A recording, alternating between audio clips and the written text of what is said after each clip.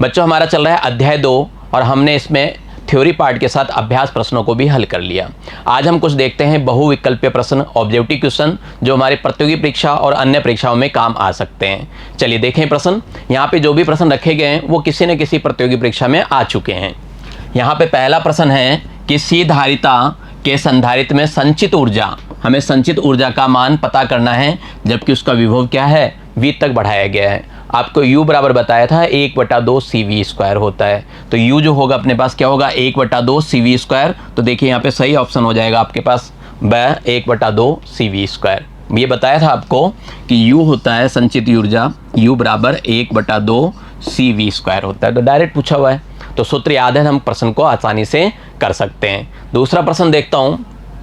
यहाँ का आगे एक समांतर प्लेट संधारित्र की धारिता C है, यदि उनके प्लेटों के मध्य की दूरी आधी कर दें तो धारिता का मान कैसा होगा। हमने कुछ एग्जाम्पल में भी ऐसे क्वेश्चन किए थे। हमें ध्यान है कि जो C होता है हमारा, उसका फॉर्मूला क्या होता है, ये होता है C ε0A/d, है ना। एक नया C डैश निकालें, नया धारिता निकालें, जब हम उसकी बीच की दूरी कितनी कर दें, आधी कर दें, तो नीचे जो d/2 है वो क्या होगा, ऊपर चला जाएगा। नीचे जो d/2 है, 2 क्या होगा, ऊपर आ जाएगा। तो कुल मिला के जो नई धारिता है पहले वाले की कितनी हो जाएगी, दुगनी हो जाएगी। कितनी हो जाएगी, दुगनी। तो अपना क्या है, ये ब ऑप्शन सही है। ठीक है, देखते हैं तीसरा प्रश्न। यहाँ पे पूछा MKS पद्धति में गोलीय चालक की धारिता क्या होती है। प्रश्नों को हल कराते हुए मैंने आपको गोलीय चालक की धारिता भी निकाली थी, और गोलीय चालक की जो धारिता निकली थी वो देखा था आपने, क्या निकला था, 4πε0r आया था। r क्या था, गोले की त्रिज्या थी, तो ये इसकी क्या होगी, धारिता आ जाएगी। प्रश्न संख्या 4 की ओर बढ़ते हैं।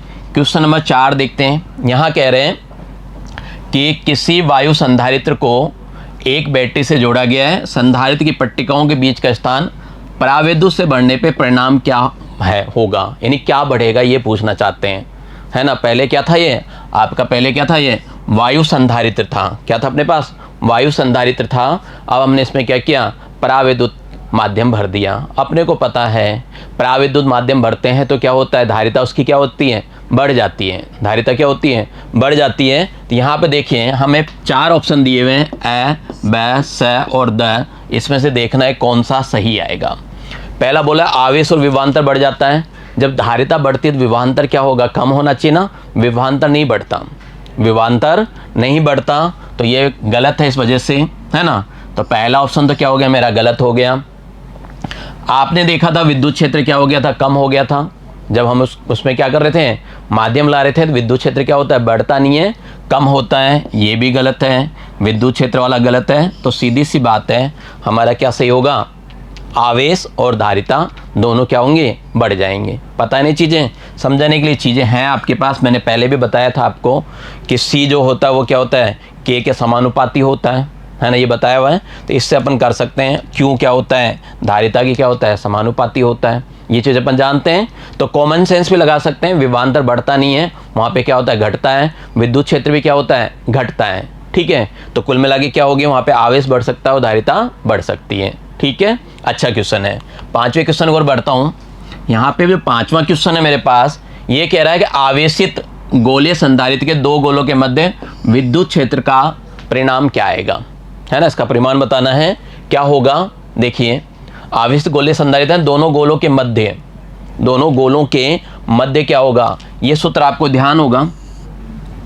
E क्या होता है, समानुपाती होता है 1/r² के होता है। यानी जैसे जैसे दूरी को बढ़ाएंगे E क्या होगा, घटता जाएगा।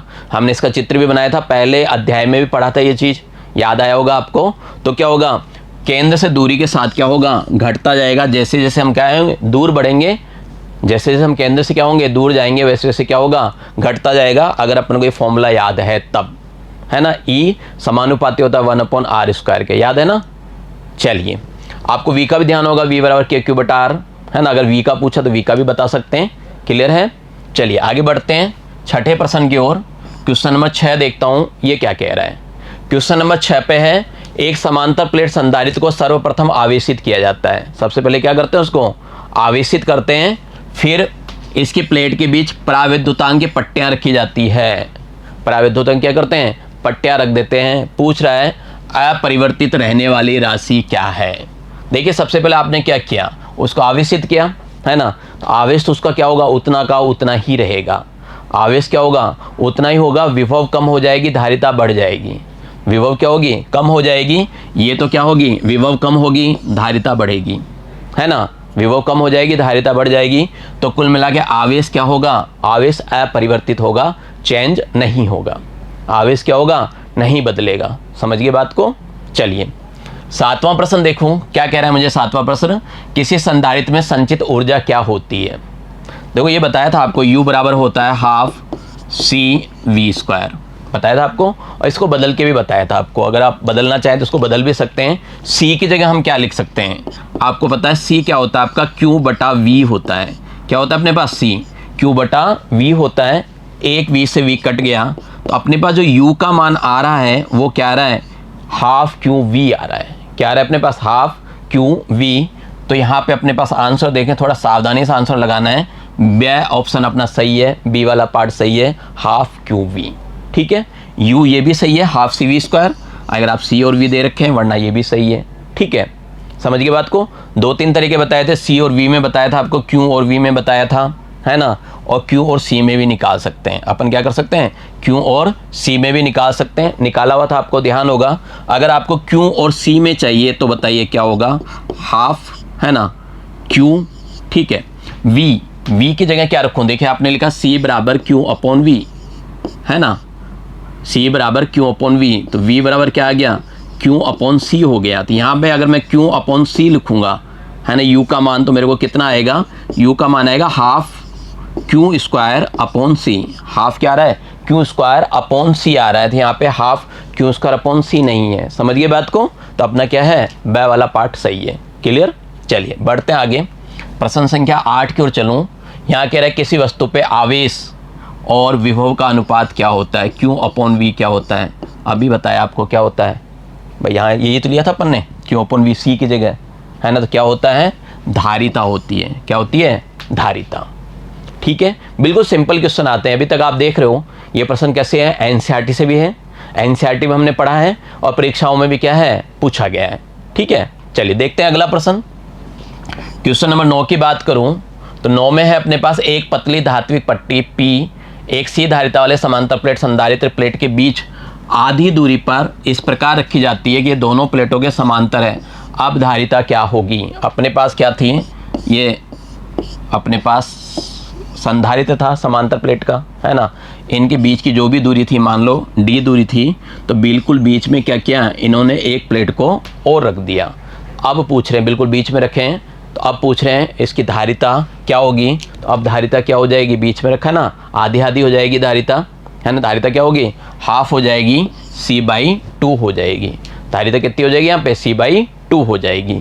10वां प्रश्न देखूं, क्वेश्चन नंबर 10 ये कह रहा है कि यदि V वोल्ट स्रोत से विभव है, यानी कितना है, V है, N संधारित्र समांतर क्रम में जुड़ते हैं, तब इस निकाय में संचित ऊर्जा कितनी होगी। इस निकाय में क्या होगा, संचित ऊर्जा कितनी होगी। आपको बताया था कि जो ऊर्जा होती है कोई से भी क्रम में जोड़ दें, हमेशा क्या होती है, एडी होता है ना। हमेशा क्या होता है, एडी होता है। किसी भी क्रम में जोड़ लें तो U1 U2 U3 UN, है ना। सब एक जैसे हैं, तो मैं क्या करूं, थोड़ी देर के लिए सबको N U' कह देता हूं। और U' का मान आपको पता ही है, हाफ CV² होता है। कितना होता है, हाफ CV² होता है। ठीक है, N हाफ CV² हो जाएगा। तो यहाँ पे B वाला पार्ट सही है। चाहे इसको श्रेणी क्रम में जोड़ते तब भी ये रिजल्ट आता, समांतर क्रम में जोड़ोगे तब भी क्या होगा, यही रिजल्ट आएगा। इस बात का ध्यान रखना। ठीक है, समझ गए। तो आ जाएगा 1/2 NCV²। चलिए प्रश्न नंबर 11 की ओर बढ़ता हूँ। क्वेश्चन नंबर 11 देखता हूँ क्या कह रहा है। क्वेश्चन 11 कह रहा है एक समांतर प्लेट वायु संधारित्र को आवेशित करके बैटरी को हटा लिया। ध्यान रखना, आवेशित करके क्या किया हमने, बैटरी को हटा लिया, यानी जितना आवेश देना था दे दिया। ठीक है, फिर आगे कह रहा है यदि इसके प्लेटों के मध्य पराविद्युत पदार्थ भर दिया जाए तो निम्न में से कौन सी राशि अपरिवर्तित रहेगी। अभी थोड़ी देर पहले देखा, मिलता जुलता क्वेश्चन है। कौन अपरिवर्तित रहा था वहाँ पे, कौन रहता है, प्लेटों पर आवेश रहता है। आवेश क्या होता है, अपरिवर्तित रहता है। विद्युत क्षेत्र क्या होता है, कम होता है। विद्युत क्षेत्र क्या होता है, कम होता है। विभवांतर भी क्या होता है, कम होता है। और संचित ऊर्जा, संचित ऊर्जा हाफ CV² होता है, उससे क्या होगा, अपरिवर्तित नहीं रह पाएगा, बदल सकता है। तो कुल मिला के क्या रहेगा अपने पास, प्लेटों पे जो आवेश होगा वो हमेशा क्या होगा, अपरिवर्तित रहेगा। ठीक है, चलिए प्रश्न संख्या 12 की ओर चलते हैं। क्वेश्चन नंबर 12 देखें हम कि 12 में क्या लिखा हुआ है। यहाँ कह रहा है एक आवेशित संधारित्र की प्लेटों के बीच की दूरी बढ़ाने पर ऊर्जा का क्या होगा। बीच की अगर दूरी बढ़ाएं तो ऊर्जा का क्या होगा। आपको पता है अगर हम बीच की दूरी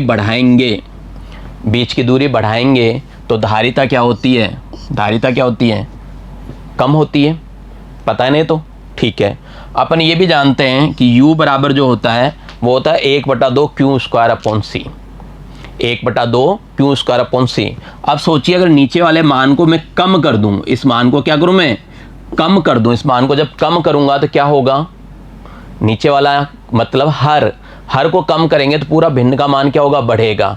तो यानी कुल मिला के अगर आप C का मान कम करेंगे तो U का मान क्या होगा, बढ़ जाएगा।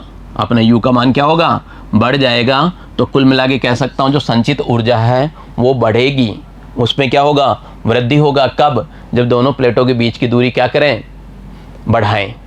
जब दोनों प्लेटों के बीच की दूरी को बढ़ाएंगे धारिता कम हो जाएगी। धारिता कम होने के कारण संचित ऊर्जा क्या होगी, बढ़ जाएगी, उसमें वृद्धि हो जाएगा, कारण इस सूत्र की वजह से। ठीक है, क्लियर ये बात। चलिए प्रश्न संख्या 13 की ओर चलता हूं। क्वेश्चन नंबर 13 है कि संधारित्र में ऊर्जा किस रूप में संचित रहती है। जो संधारित्र है उसमें ऊर्जा कैसे संचित रहती है, चुंबकीय ऊर्जा में, प्रत्यास्थ ऊर्जा में, स्थितिज ऊर्जा या गतिज ऊर्जा। हम वैसे भी इलेक्ट्रोस्टैटिक्स पढ़ रहे हैं, है ना, तो वहाँ पे क्या है, स्थितिज ऊर्जा ही काम में ले रहे हैं शुरू से, है ना। तो कुल मिलाकर अपने को वैसे भी याद रह जाएगा कौन सी ऊर्जा रहती है उसके अंदर, स्थितिज ऊर्जा। ठीक है, उसमें क्या होता है, जो संचित ऊर्जा है वो स्थितिज ऊर्जा के रूप में क्या होती है, संचित होती है। ठीक है, क्वेश्चन नंबर 14 यहाँ कह रहा है जब एक लैंप को संधारित्र के साथ श्रेणी क्रम में जोड़ा जाता है तो क्या होगा। पहला ऑप्शन है लैंप नहीं जलेगा, दूसरा है लैंप फ्यूज हो जाएगा, तीसरा है लैंप सामान्य रूप से प्रकाशित होगा, चौथा है इनमें से कोई नहीं। देखो जब लैंप को हम देसी परिपथ में जोड़ेंगे, डीसी सप्लाई करेंगे, उस वक्त हमारा परिपथ क्या होगा, खुला रह जाएगा। परिपथ क्या होगा, खुला होगा। इन परिपथ के बारे में हम अगले अध्याय में भी और चर्चा करेंगे। फिलहाल तो इतना ध्यान रख लें कि परिपथ खुला होगा, परिपथ खुला होगा तो उससे क्या होगा, बताइए, घर में परिपथ जब खुला रह जाएगा तो धारा प्रवाहित नहीं हो पाएगी, इसलिए वहाँ पे क्या होगा, लैंप नहीं जल पाएगा। यहाँ पे अपना कौन सा ऑप्शन सही रहेगा, ऑप्शन अपना सही रहेगा। ठीक है, चलिए बढ़ते हैं अगले प्रश्न पे। प्रश्न संख्या 15 की बात करें कि दो एक समान संधारित्र है ना, दो संधारित्र हैं, एक समान है, क्या हुआ, उनको V विभव तक आवेशित किया गया है। विभव कितना है उनका, V है, और किस में जोड़ दिया गया, इनको क्या किया, समांतर क्रम में जोड़ने के बाद पृथक कर लिया। पहले उनको क्या किया, दोनों को समांतर क्रम में जोड़ लिया, फिर दोनों को क्या किया, अलग कर दिया, और दोबारा क्या किया, श्रेणी क्रम में जोड़ दिया। दोबारा क्या किया, श्रेणी क्रम में जोड़ दिया। श्रेणी क्रम का मतलब धनात्मक प्लेट दूसरे की ऋणात्मक प्लेट से संबंधित की गई है, ये अपन जानते हैं श्रेणी क्रम को, है ना। अब अपने को ये 4 ऑप्शन दिए हुए हैं, इनमें से देखना है कौन सा सही है। अपने को क्या करना है, 4 ऑप्शन दिए हुए हैं। पहला, एक साथ जुड़ी प्लेटों के आवेश नष्ट हो जाते हैं। दूसरा, स्वतंत्र प्लेटों पे आवेश की मात्रा बढ़ जाती है। तीसरा है, निकाय में संचित ऊर्जा में वृद्धि होती है। चौथा है, स्वतंत्र प्लेटों के बीच विभवांतर क्या होगा, 2V हो जाता है। ये चेक करना है। देखिए आपको ये तो पता है कि Q बराबर क्या होता है, अपन जानते हैं Q बराबर क्या होता है, CV होता है। अगर पहले की बात करूँ तो Q1 क्या होगा, CV1, और दूसरे की बात करूँ तो क्या होगा, Q2 CV2 होगा, है ना। लेकिन यहाँ पे देखिए क्या कह रखा है आपको, विभव दोनों का क्या दे रखा है, V दे रखा है। विभव क्या है, दोनों का V दे रखा है, और दोनों के समान संधारित्र हैं, इसलिए V1 V2 ना कह के मैं क्या करूँगा, इसको CV लिखूँगा, और इसको भी क्या करूँगा, CV लिखूँगा। ठीक है, इसको भी अपन क्या करेंगे, CV लिखेंगे। अब देखो आवेश संरक्षण का अगर हम नियम का पालन करें, आवेश संरक्षण का नियम क्या कहता है, आवेश पहले वाला और दूसरे वाला आवेश क्या होगा, दोनों बराबर होगा, है ना। दोनों का आवेश क्या होगा, बराबर होगा। तो इसका मतलब है ये देखिए CV1 प्लस CV2 बराबर क्या हो गया, अपने पास जोड़ ले तो Q1 प्लस Q2 के बराबर होगा। समझिए बात को, ये यहाँ भी लिखा हुआ है अपने पास, CV1 CV2 बराबर Q1 प्लस Q2 हो जाएगा। ठीक है, अब ये जो CV1 प्लस CV2 है बराबर किसके हो जाएगा, 2CV के हो जाएगा, क्योंकि V1 V2 आप क्या कर रहे हो, V1 V2 क्या कह रहे हो, बराबर मान रहे हो ना। तो ये कितना हो जाएगा, 2CV के हो जाएगा इस वाले की वजह से, है ना। कितना हो जाएगा, 2CV के। तो कुल मिला के हम ये देख रहे हैं कि स्वतंत्र प्लेटों के बीच में क्या हो रहा है, विभवांतर कितना हो गया, 2v के बराबर हो गया। समझ गए बात को। अपने पास क्या देख रहे हो, फाइनली जो क्यू आ रहा है आपके पास वो कितना आ रहा है, 2cv आ रहा है ना। कितना आ रहा है अपने पास, 2cv आ रहा है। तो ये यूँ तो हो रहा है c है ना गुना 2v, तो विभव कितना हो गया, 2v हो गया ना। विभव कितना हो गया, 2v। तो सही आंसर ये हो जाएगा, स्वतंत्र प्लेटों के बीच विभवांतर कितना हो जाता है, 2v हो जाता है। पहले v था, अब कितना हो गया, 2v हो गया। क्लियर। चलिए बढ़ते हैं आगे। क्वेश्चन नंबर 16 की बात करूं, 16वें में है अपने पास 10 माइक्रोफेरेड, 5 माइक्रोफेरेड तथा 5 माइक्रोफेरेड के 3 संधारित्र समांतर क्रम में जोड़े गए हैं। कौन से क्रम में, समांतर क्रम में जोड़े गए हैं। उनकी कुल धारिता कितनी होगी, हमें बतानी है इसकी कुल धारिता कितनी होगी। आप अच्छी तरह जानते हो, अगर इनको समांतर क्रम में जोड़ा गया तो क्या होता है, C1 + C2 + C3 के बराबर ही तो होता है C। जोड़ लो, 10, 5 और 5 को जोड़ेंगे तो कितना आएगा, 15, 20। तो कुल मिला के जो तुल्य धारिता है कितनी आ गई, 20 माइक्रोफेरेड। कितनी आ जाएगी अपने पास, 20 माइक्रोफेरेड आ जाएगा। सही ऑप्शन अपना क्या है, सही है। 10 गलत है, 5 गलत है, ठीक है, गलती मत करना। चलिए बढ़े अगले पे, बहुत छोटे छोटे क्वेश्चन लिए हैं। 17वें पे चलते हैं। 17वां कह रहा है धारिता के 3 संधारित्र श्रेणी क्रम में जोड़े गए हैं। अब मैंने किस में जोड़ रखा है, श्रेणी क्रम में जोड़ रखा है, तो कुल धारिता क्या होगी। अब अपने को ये तो पता ही है कि जब हम श्रेणी क्रम में जोड़ते हैं तो 1/c बराबर क्या आता है, 1/c1 + 1/c2 और प्लस क्या होता है, 1/c3 होता है। ये तो पता ही है, 1/c बराबर 1/c1 + 1/c2 + 1/c3 होता है। अब देखिए इसको यूँ लिखा जा सकता है, इसको C इन्वर्स लिख सकते हैं, इसको C1 इन्वर्स लिख सकते हैं, और इसको क्या कर सकते हो, C2 इन्वर्स लिख सकते हो, और इसको क्या लिख सकते हो, C3 इन्वर्स। ठीक है, C इन्वर्स बराबर आ रहा है C1 inverse + C2 inverse + C3 inverse. अगर मुझे यहाँ से केवल C निकालना, इन्वर्स की ही बात करो, दिन सबका इन्वर्स लग जाएगा ना। ये C1 inverse + C2 inverse plus क्या हो जाएगा, C3 इन्वर्स, और पूरे का क्या करें, इन्वर्स लगा लें। जब अपन C निकालेंगे पूरे का क्या करेंगे, इन्वर्स लगा लेंगे। तो यहाँ पे देख लीजिए ऐसा आंसर कहाँ पे है, ये तो नहीं है। क्यों नहीं है, ये कौन से क्रम में जोड़ दिया इन्होंने, समांतर क्रम में जोड़ के ले लिया। ये भी नहीं है ना। तो कौन सा सही है अपने पास, ये सही ऑप्शन सही है अपने पास। C1 inverse + C2 inverse + C3 inverse, पूरे के भी क्या होगा, इन्वर्स आएगा। थोड़ा सा ध्यान रखना, गलती मत करना, ठीक है। बढ़िए अगले प्रश्न की ओर, 18वें पे चलते हैं। Question number 18। क्वेश्चन नंबर 18 है मेरे पास 2 माइक्रोफेरेड संधारित्र समांतर क्रम में जुड़े हुए हैं। ठीक है, कौन से क्रम में, समांतर क्रम में जुड़े हैं, और यह संयोजन श्रेणी क्रम में 12 माइक्रोफेरेड के संधारित्र के साथ जुड़ा हुआ है। क्या कर रखा है इन्होंने, पहले तो 2 माइक्रोफेरेड के 2 संधारित्र उनको क्या किया, समांतर क्रम में जोड़ दिया है। ये मान लीजिए अपने पास ये 2 माइक्रोफेरेड है, और ये भी क्या है, 2 माइक्रोफेरेड है। इनको कौन से क्रम में जोड़ रखा है इन्होंने, इन्होंने क्या कर रखा है, समांतर क्रम में जोड़ रखा है। ठीक है, इनको हमने क्या कर रखा है, समांतर क्रम में जोड़ रखा है। ठीक है, अब इनको समांतर क्रम में जब आपने जोड़ रखा है तो इनका रिजल्ट कितना आएगा, इनका अगर मैं तुल्य धारिता निकालना चाहूँ तो कितना आएगा, तो आप कहोगे 2 + 2 कितना हो गया, 4 आएगा। भाई अपने को ये पता ही है, समांतर क्रम में जोड़ लेते हैं, है ना। तो 2 कितने आ गए, 4 आ गए। अब आपके पास क्या है, इनका जो रिजल्ट आया वो किससे जुड़ा हुआ है, 12 माइक्रोफेरेड से। कौन से क्रम में, श्रेणी क्रम में जुड़ा हुआ है। कौन से में, श्रेणी क्रम में जुड़ा हुआ है। तो उसका जब तुल्य धारिता ज्ञात करोगे तो 1/c से ज्ञात करोगे। 1/4 प्लस कितना होगा, 1/12 होगा। 1/c बराबर कितना होगा, 1/4 + 1/12। एलसीएम ले लो, यहाँ पे हम क्या करें, एलसीएम लें। 4 और 12 का, ये हो गया 12। 12 में 4 का भाग दिया कितनी बार, 3 बार, उधर 1 बार। तो ये हो गया 1/c बराबर 4/12। कट सकता है क्या, कट सकता है बिल्कुल। 4 एकम 4 और 4 तिया 12। तो देखिए 1/c बराबर 1/3 आ रहा है। 1/c बराबर 1/3 आ रहा है। तो c बराबर कितना हो गया, 3 हो गया, यानी 3 इकाई आपको माइक्रोफेरेड में दिया हुआ है, इसलिए भी कितना हो जाएगा, माइक्रोफेरेड में। तो ये अपने पास आ जाएगा 3 माइक्रोफेरेड। ठीक है, ये आ गया 3 माइक्रोफेरेड। इस तरह हल करना है। बच्चों आज की कक्षा में इतना ही। आगे पढ़ने के लिए आपसे मिलते हैं अगली कक्षा में। तब तक के लिए धन्यवाद, नमस्कार, आपका दिन मंगलमय रहे।